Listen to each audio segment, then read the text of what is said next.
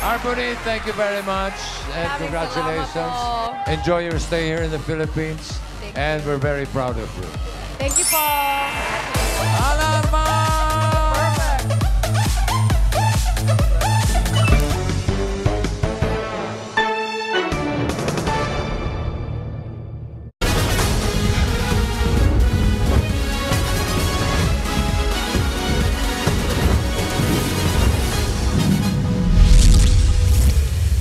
Magandang hapon, ako po si Ruth Cabal. Pasadahan na natin ang mga rumaratsyadang balita dito sa Frontline Express. Nakalabasan ng bansa ang bagyong Karina pero bakas ang pinsalang iniwan nito. Umakyat na sa 14 ang naitalang nasawi dahil sa masamang panahon, dala ng bagyong Karina at hanging habagat.